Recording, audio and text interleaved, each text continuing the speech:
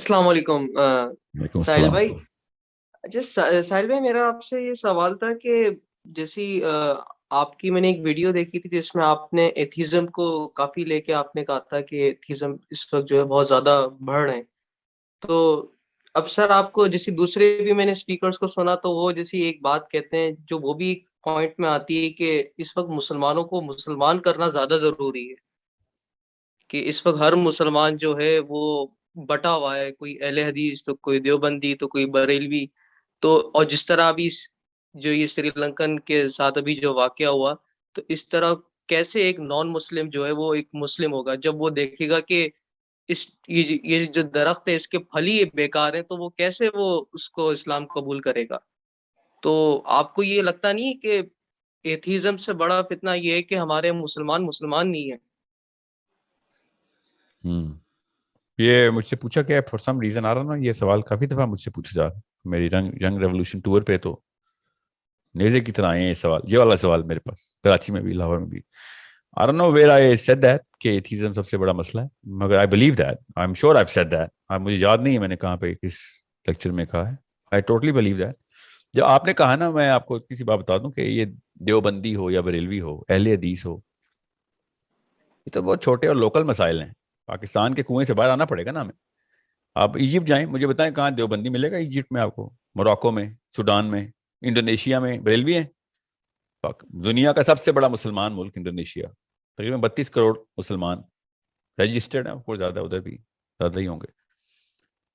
یہ تو لوکل ہمارے سب کانٹیننٹ کی چھوٹی سوچ کے چھوٹے کنویں. تو اوورسیز مسلمانوں کو دیکھ لیں، عربین مسلمانوں کو دیکھ لیں نا، سینٹر آف اسلام کو دیکھیں، وہاں پہ کوئی دیوبندی اپنے آپ کو کہہ سکتا ہے؟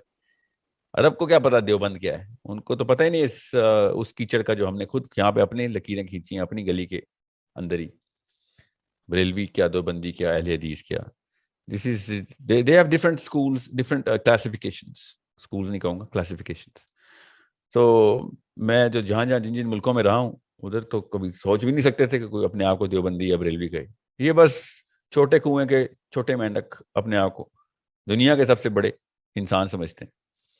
یہ جو بھی اپنا نام ٹکا کے ٹیگ لگاتا ہے کہ میں بریلوی ہوں یا دیوبندی ہوں، اہل حدیث ہوں یا شیعہ ہوں یا سنی ہوں، اس کو دعوت کا تو حق نہیں دینا چاہیے نا. یہ تو ہم لوگ ہیں جو دعوت کا حق ان کو دیتے ہیں.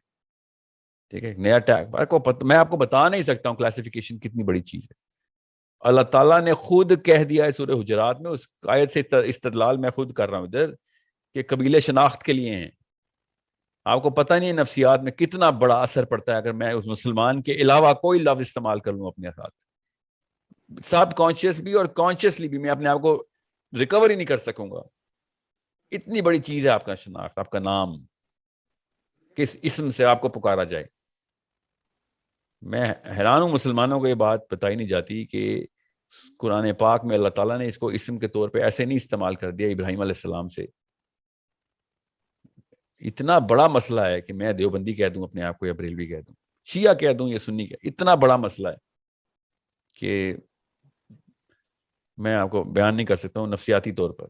آپ اسلام سے اتنی دور جا چکے ہیں کہ اگر آپ اپنے آپ کو کسی اور ٹیگ کے اندر کلاسیفائی کر بیٹھیں، اور ادھر اگر پہچان ہو گئی نا قیامت پر، جو کہ ہوگی کہ ہاں یہ والی ٹیگ والی ادھر آ جائیں، یہ والی ادھر آ جائیں، تو گن کے 100 مسلمان نہیں بچنا ادھر کہ مسلمان کدھر گئے. کوئی سب ٹیگنگ نہیں ہے. اللہ تعالیٰ کے نبی علیہ السلام دنیا میں آئی یہ ٹیگز ہٹانے کے لیے تھے. ہم نے اپنے ٹیگ ایجاد کیے ہیں اور بڑے فخر سے بتاتے ہیں، اور ٹیگز بنانے کی مشینیں کھولتے ہیں اور اس کے اوپر اپنے آپ کو انٹیلیجنٹ سمجھتے ہیں ہم. یہ میں اصلی سوال کی طرف نہیں آیا ہوں آپ کے. بھی آپ کا اصلی سوال جو ہے نا ایتھیزم کا، میں آپ کو بتاتا ہوں وہ کتنا بڑا مسئلہ کیوں ہے. بہرحال ابھی اس چھوٹے سے کنویں، برصغیر نامی کنویں سے تو باہر آئیں تو آپ کو پتہ چلے کہ دنیا میں اور کہیں بریلوی نہیں، دیوبندی نہیں ہے. دنیا میں صرف ایک ہی چیز ہے کہ کیا آپ پوری طریقے سے آپ کا دل اس بارے میں مطمئن ہو گیا ہے. یہ میں غیر مسلم اور مسلم سمیت کی بات کر رہا ہوں. کیا پوری دنیا میں جتنے بھی لوگ ہیں وہ 2 قبیلوں میں بانٹے جائیں تو وہ کون سے قبیلے ہیں؟ وہ دو ہی قبیلے ہیں. ایک وہ جن کا دل مطمئن ہو گیا کہ ہاں یار مرنے کے بعد اٹھنا ہے اور سوال ہوگا. دوسرا قبیلہ کون سا ہے کہ جو کہتا ہے کوئی مرنے کے بعد اٹھنا ہے کہ نہیں، پتہ نہیں اٹھنا ہے کہ نہیں، سائنس تو نہیں سمجھ آئی اس کی. بس یہ دو قبیلے ہیں. اب جیسے ہی آپ کو اللہ تعالیٰ کا کانسیپٹ کلیئر ہوگا تو روزہ جزا ایز از پزل کے پیچ کی طرح فٹ ہو جائے گا. اس میں آدھے سیکنڈ سے بھی کم میں آپ کو روزہ جزا کی ضرورت محسوس ہونا شروع ہو جائے گی. میں آپ کو پھر بتا دوں روزہ جزا کی ضرورت تو بغیر اللہ کو مانے ہوئے جو دہری ہے نا، بغیر اللہ کو مانے ہوئے ان کو بھی سینسیکل آرگیومنٹ میں یہ دیتا ہوں کہ کیا روزہ جزا کی ضرورت نہیں ہے؟ چھوڑو مرنے کے بعد کیا دنیا میں نہیں چاہیے؟ یہ مظلوم ہزاروں سال سے پس رہا ہے، ظالم ہزاروں سال سے طاقت میں آ کے اس کو مار دیتا، ختم کر دیتا. کیا کریں ہم اس کا؟ ایک بندے نے 100 قتل کر دیے، کتنی دفعہ مار دوں اس کو؟ ایک دفعہ مرے گا. انصاف کدھر ہے؟ کیا اندر کی آواز انصاف کو چیخ چیخ کے نہیں بلا رہی؟ انفرادی طور پہ ہی لے لیں چلیں، میں تو اجتماعی طور پہ کہہ رہا ہوں. کون سا ایسا بندہ ہے کہ جس کے ساتھ ساری عمر میں بلا وجہ ظلم نہیں ہوا اور وہ کچھ نہ کر سکا اس بارے میں؟ تو بہرحال ابھی میں آتا ہوں اس کے اوپر بڑا مسئلہ کیا. تو دنیا میں دیکھیں گے نا، گلوبل ویو رکھیں گے، ورلڈ ویو کے اندر کرسچنز کو بھی یہی مسئلہ ہے. کرسچن پادری بھی رو رہے ہیں کہ ان کے بچے ایتھیسٹ ہو رہے ہیں. سوچنے کی کوشش کریں. آپ اور میں اسرائیل کے بارے میں جو سمجھتے ہیں نا، اسرائیل بھی ایسا نہیں ہے. اصل میں اسرائیل میں بھی کافی عرصے سے لیفٹسٹ ہی جیت رہے ہیں، لبرلز جو اندر سے توریات کے وہ میخے نکال رہے ہیں بیٹھ کے. آپ ذرا سنیں تو صحیح وہ ڈیبیٹس. جو لیفٹسٹ جیو کیا بولتا ہے کہ میں توریات کو نہیں مانتا مگر اسرائیل کے لیے ہوں. میں توریات کو وہ بھی نہیں مان رہا. مطلب پولیٹیکل حیثیت ہے اسرائیل کی، ورنہ تو دینی حیثیت بھی نہیں تھی اسرائیل کی. سو ہر اللہ کے ماننے والے کو جس طرح کا بھی اللہ مانتے ہیں، عیسائی تو، یہودی تو چلو ایک ہی رب کو رب مانتے ہیں، تو ہر اللہ کے ماننے والے کو افریقہ کے قبیلوں سے لے کے پاکستان کے شہروں میں بھی بیسک مسئلہ یہ آ رہا ہے کہ بچے اس بلیف سسٹم سے ہٹ چکے ہیں کہ جو اس کی نفسیات کو پازیٹیو رکھ کے اپنی زندگی کے تمام معاملات کو پیو کرے گی کہ by the end of the day سب کچھ اب ہو جائے گا تو پکڑ تو اللہ کی طرف سے ہوگی. جو کچھ ہو رہا ہے وہ اللہ ہی کی طرف سے ہو رہا ہے. جو اچھا ہو رہا ہے اللہ کی طرف سے ہو رہا ہے. جو آزمائشیں آ رہی ہیں اللہ کی طرف سے آ رہی ہیں، ورنہ دنیا کا ایکو سسٹم چل ہی نہیں سکتا. کوئی چانس ہی نہیں ہے، سائنٹیفکلی ناٹ پاسبل. اگر آپ اس کانسیپٹ کو ہٹا دیں، دیکھیں پھر غدر جو مچے گا. ایک لمحے کے لیے ساری دنیا کو ایتھیسٹ کر دیں، لگ پتہ جائے گا ایتھیسٹ کو کہ جس کا جہاں داؤ لگے گا لگائے گا. شکر کریں یہ ایتھیسٹ، جتنے بھی ایتھیسٹ ہیں نا، شکر کریں کہ ہم اللہ کے ماننے والے ہیں. میں اگر ایتھیسٹ ہوتا نا، پھر میں دیکھتا میں ان لوگ ایتھیسٹ کے ساتھ میں کرتا کیا ہوں. غیر کسی وجہ کے لوگ ظلم کریں گے ایک دوسرے کو. اللہ کے کانسیپٹ کے علاوہ بچت کیسے ہے ان کی؟ یہ تو شکر کریں کہ ہمیں اللہ کا ڈر ہے. نہیں تو ان میں سے سب سے پہلے انہوں نے ایتھیزم سے جان چھڑانی تھی کہ یار ہمیں ہمارے اوپر یہ ظلم بند کر دو، مطلب ہر ایک پہ یہ ظلم بند کر دو. یہ تو میں آپ کو بتا رہا ہوں نا، یہ اتنا بڑا مسئلہ ہے کہ آپ سوچیں کہ اگر میں نے ایک سیکنڈ کے لیے آپ لوگوں کو کہا کہ پوری دنیا ایتھیسٹ ہو گئی تو جو غدر مچے گا نا، تو سچی بات بتاؤں اس کے پہلے 2-3 سٹیجز تو پورے کر چکے ہیں مسلمان. جو غدر کی نشانیاں آپ کے ذہن میں آئی ہیں نا ابھی، وہ نشانیاں کیوں نہیں نظر آ رہی ہیں آپ کو سڑکوں میں، گلی محلے میں، ایجپٹ میں، موراکو میں، یمن میں؟ سوچیں تو صحیح، یمن میں کیوں نہیں نظر آ رہی ہیں آپ کو؟ اللہ پہ ایمان نہیں. یہ بیسکس ہیں. بیچ میں کنفیوز ہو گئے ہیں. زیادہ تر مسلمان جو تھے نا پچھلی نسلوں کے، وہ یہ سوچتے تھے ہاں توبہ کر کے منا لیں گے اللہ کو، اس لیے گناہ کرتے تھے. آج کل کا بچہ یہ نہیں سوچتا توبہ کر کے منا لیں گے. آج کل کا بچہ برملا اندر سے چیختا ہے کہ اللہ ہوا تو دیکھی جائے گی. اللہ ہوا تو اگر کے سیکھے میں اللہ کو استعمال کرو گے تو جتنے مرضی سجدے کرواؤ ان سے، پلاسٹک کے سجدے، مسجدیں بنوائیں ان سے. اگر کے سیکھے میں اللہ کے ہستی کو استعمال کرنے والی ضرورت آئی ہوئی ہے تو اس کا قصور نہیں ہے. اور 12 13 14 15 16 کا اس کی ماں اور باپ کا قصور ہے. آپ وہ دیوبندی کے گھر پیدا ہوئے، وہ پھر سلفی کے گھر مکہ میں پیدا ہوا ہے، وہ میاں والی میں، اس سے کیا فرق پڑتا ہے؟